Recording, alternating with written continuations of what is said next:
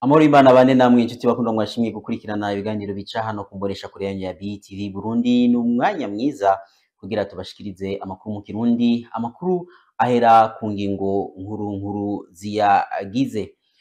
Ubushikiranganji mu byo bujejwe harimwo indero buramenyesha yuko muri kahise harabaye utunenge twinshi mu bijanye no kurungika abanyeshure gukarihiza ubwenge mu makungu, ariko uto tunenge tukaba twaratorewe umuti n'inyishu. Ni mukanya mwidonido ry'amakuru yacu. Nayo umushikiranganji mu byo ajejwe gushigikirana Imelda Sabushimike arasaba abenegihugu yuko bobungabunga ibikoresho rusangi hamwe no kwijukira ibikorwa bitandukanye vy'iterambere. Turafise n'andi makuru atandukanye mu kanya idonido y'amakuru yacu.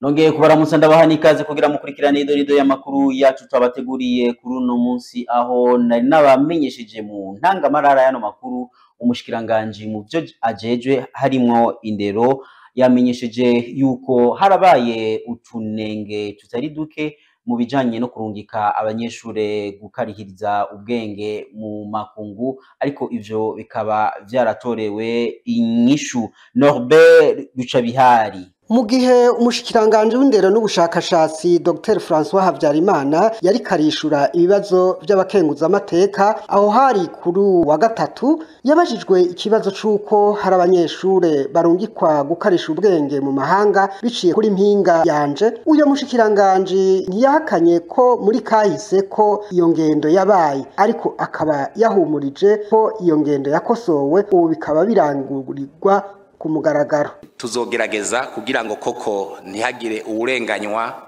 kuko ivyo muri ko muravuga n'ivyo nyine iteka, guko mu misi yahera koko vyarabaho, ariko ubu twararose intumbero ihagije.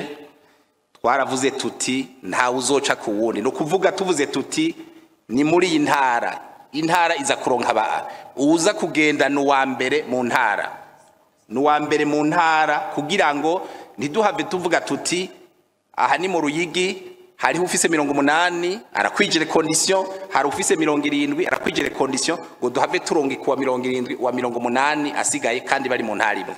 Ivyo twebwe rero turavuga tuti mu ntara ni classement par ordre de mérite, kandi nyene iteka hari ibintu dusigaye dukora ubu turafisha n'abarose bourse, kandi na reclamation ziraba mu gihe bigaragaye yuko twahaye ufise amanota make ari uwo bava hamwe afise menshi iraro droit de réclamer. Niko dusigaye tubikora rero, no uhumuriza abariko baradutega yombi bumve yuko ibintu vyo gutanga bourse birimwo umuco, ariko kandi ngaca ni wasa. Hari gihe usanga umuntu aza kuvuga ngo fise 80, je nk'ubu harabasanze muhiranye iteka avuga ati jewe ngomba mu bourse nize geography, ngomba kuza kwiga iki gisata. Ndamubwira nti wewe nubwo ufise amanota meza, ivyo bintu wize ntibihuye n'ibi bintu ushaka kuja kwiga. Wewe ushaka kuja kwiyobegwa ico kibanza tugihombe ntugenda. Rero hari umuntu aguhenda ngo narose 80, ntakubwira ati jewe nari nasavye kuja kwiga iki gisata. Ugasanga hariho incompatibilité y'ivyo yize n'ivyo ashaka kuja kwiga, guko abana bacu bari très ambitieux. Abona uwize economy atwara banki agaca avuga ngo ndaje nzokwiga economy kugira ngo nze ntware banki, ntarabe ses compétences. Nico kibazo turagifise rero, turagerageza tugatena konti kugira nabivuze amanota barose, mugabo tukaraba nico twita prerequis, mbega yiziki, mbega shaka kuja kwiga iki, mbega ntazoja kutumaramaza. Mwomenya ko hari hamaze imisi utunenge mwirungikwa ry'abanyeshure baja gukarisha ubwenge mu mahanga. Umushikiranganje mu vyajejwe arimo gushigikirana Imelda Sabushimike ahamagarira abenegihugu kubungabunga ibikoresho rusangi no kwijukira ibikorwa vy'iterambere. Ni nkuru twateguriwe na mugenzi wacu Ntakirutimana Valentin. Kubungabunga ibikoresho rusangi nk'amavomo ni igikorwa c'umwenegihugu wese atanumwe avuyemwo, bishikirizwa n'umushikiranganje wo gushigikirana imibano n'iterambere ridakumira Imelda Sabushimike. Tuvyitwararike vyose tubifate nyene nk'ibyacu ntitwave tubifata nk'uko umengo si ibintu by'iwacu twohava dufata uko tubonye. Niba wabona hari akabazo kabaye aho indani canke harya hanze ubivuge hakiri kare, ataco ushoboye gukora ubimenyeshe kugira ngo abashobora kugira ico bakoze kugira ngo bibandanye bimeze neza bibungwabungwa neza babikore. Ntihagire uzobona amazi harya yuguruye ngo arekerane amazi agume yisesa. Ntihagire uzobona harya hari akantu kapfuye kumbure kuri rya robine gatuma ibindi vyononekara canke amazi aguma yisesa ngo urekerane ntuvuge. Ku vy'ukuri nagomba ngo tuvyitwararike. Turamaze kubona abantu benshi bahabwa amazi canke ikindi kintu mugabo kubera ko bifashe nk'ivy'iwabo hagize akantu gatoyi kononekara ugaca usanga barekeranye uko nyene amazi agaca aguma yisesa canke n'ibindi byose ugasanga hariho utuntu twagiye turatakara. Rero ivyo bintu ntibize bigaragare hano, ahubwo tubibungabunge nk'ivyacu kugira twitwararika amazi yo mu nzu iwacu, kugira twitwararika ibikoresho vyo mu nzu iwacu tuba twaraguze amafaranga dukuye mu mufuko wacu. Aba ariko twitwararika n'ibi bizoduhimbara twese, bihimbare n'uno azanye ano mazi, hanyuma bimutere intege z'uko n'ahandi ashobora gukora ibikorwa nk'ibi kubera ko yabonye ko tubibungabunga neza. Umushikiranganji Imelda Sabushimike ahamagarira bene gihugu kutarera amaboko ahubwo bakaja ku kivi bakijukira ibikorwa vy'iterambere. Umwaka nyene cyari umukuru w'igihugu yawitiriye umwaka w'umunyamwete. Ukuvuga ngo duhamagariye kugira umwete muri mwebwe, ndabona abagifise inguvu, tugira umwete mu vyo dukora, tugira umwete mu kuja ku kivi, tugira umwete mu kugwiza umwimbu. Umwe wese icyo Imana amaye gukora ugira umwete kugira ngo ugire ico uterereye muri yambona kazoza 2040 Burundi bwifashe 2060 Burundi buteye imbere. Wewe nk'umurundi uko uri kose, uburyo bwose ufise, umuryango wose uvukamwo urafise ico woterera mpaka uruhara rwawe ruboneke mu mbona kazoza y'Uburundi buteye imbere mwaka 2060. Genda ukore ico ujeje mu muryango, ukore naho coba gitoyi gihindure ishusho y'umuryango wawe, burya uza buri kuraterera. Weteze imbere umuryango wawe, imiryango yose mu Burundi tukasanga yateye imbere. Ico ni kimwe mu biranga yuko igihugu giteye imbere. Rero genda ukorana umwete kugira ngo inzira turimwo igana ku iterambere rirama, nawe ntusigare inyuma mugabo tujane twese atanu mwasigaye inyuma. Ivyo umushikiranganji Imelda Sabushimike akaba yabishikirije aho yari yagiye kuraba abana barerewe mu kigo c'imfuvyi kiri mwijabe i Bujumbura. Tubandanye n'amakuru yacu mu gihe ariho abagabo babana n'abagore ariko bakihakana abana babo bakenyezi. Umushingwamanza Maître Fabien Ndikumana akamenyesha yuko se w'umwana n'uwo bubakanye na nyina w'uwo mwana niko biba vyemewe mu mategeko. Ni nkuru ya mugenzi wacu Eric Nibaruta. Mu gihe hari abagabo bahakana abana babo, amategeko yo avuga ko iyo umwana avutse ku bavyeyi bubatse biciye mu mategeko, se w'umwana n'uwo yubakanye na nyina wiwe, nk'uko bisigurwa n'umushingwamanza Fabiano Ndikumana. Itegeko rivuga yuko umwana wese avutse ku bavyeyi bubatse mu mategeko, se wiwe ari uwo nyene yubakanye na mama w'uwo mwana. Nico bita principe de la présomption de paternité.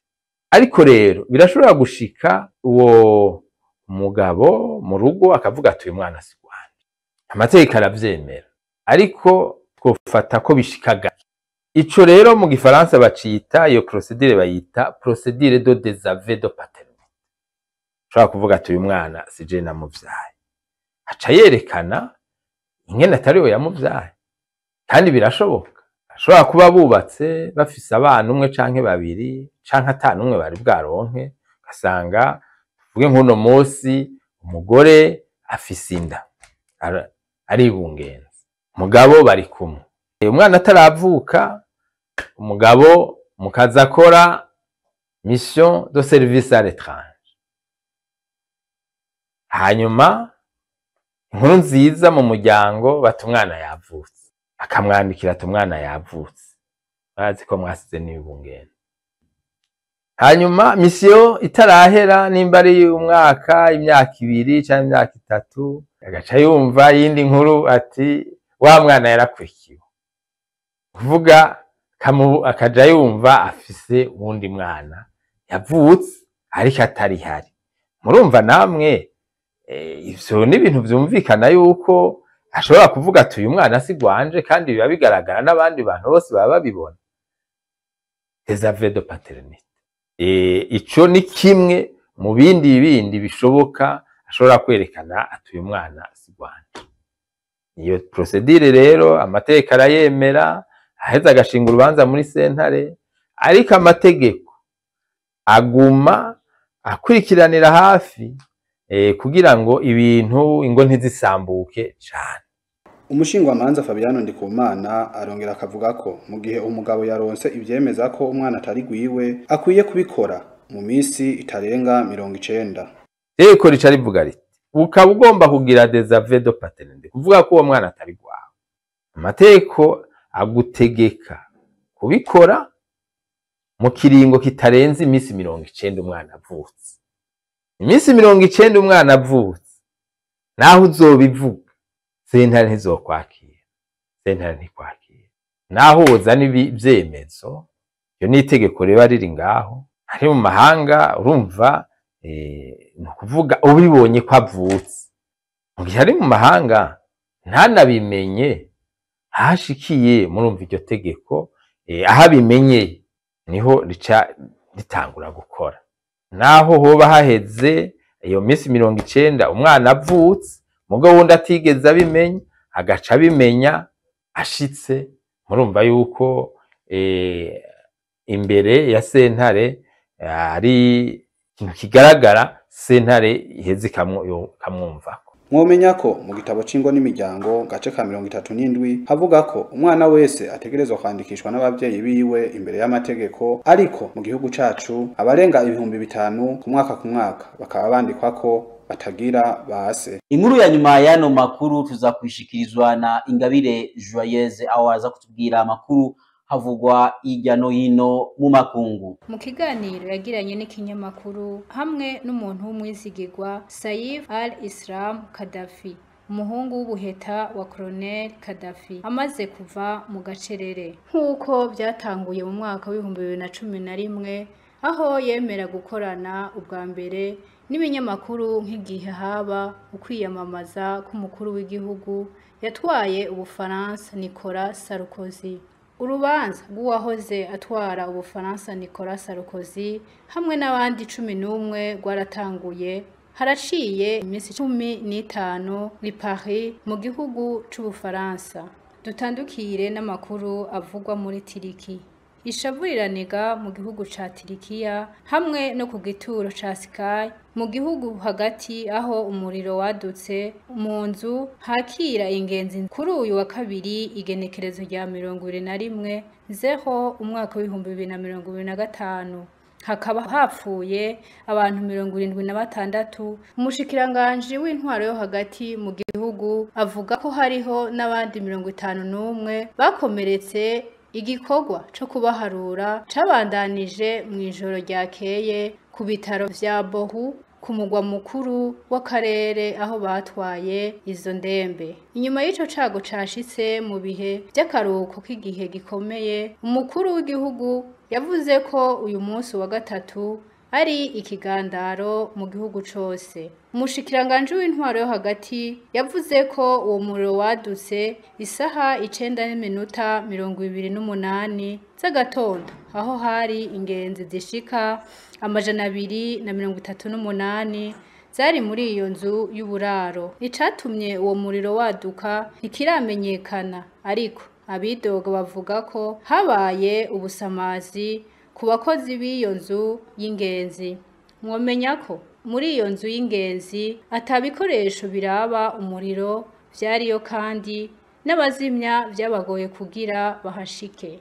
Ni kuri iyo nkuru ivuga amakuru yo mu makungu ndangije ko amakuru yacu twabateguriye kuri uno munsi. Nkaba ndabashimiye mwese mwashoboye kuyakurikirana, ariko kandi nshimire abamenyesha amakuru ba BTV bagiye hirya no hino kugira ngo batorokanye ano makuru. Shimire abari mu buhinga bw'ivyuma bashoboye kudufasha kugira ngo ano makuru bashikire atankomanzi. Imana ibafashe mubandanye mukurikirana ibiganiro bitandukanye biryoshe mushikirizwa n'imbonesha kure yanyu ya BTV. Imana ibahezagire naho ubutaha.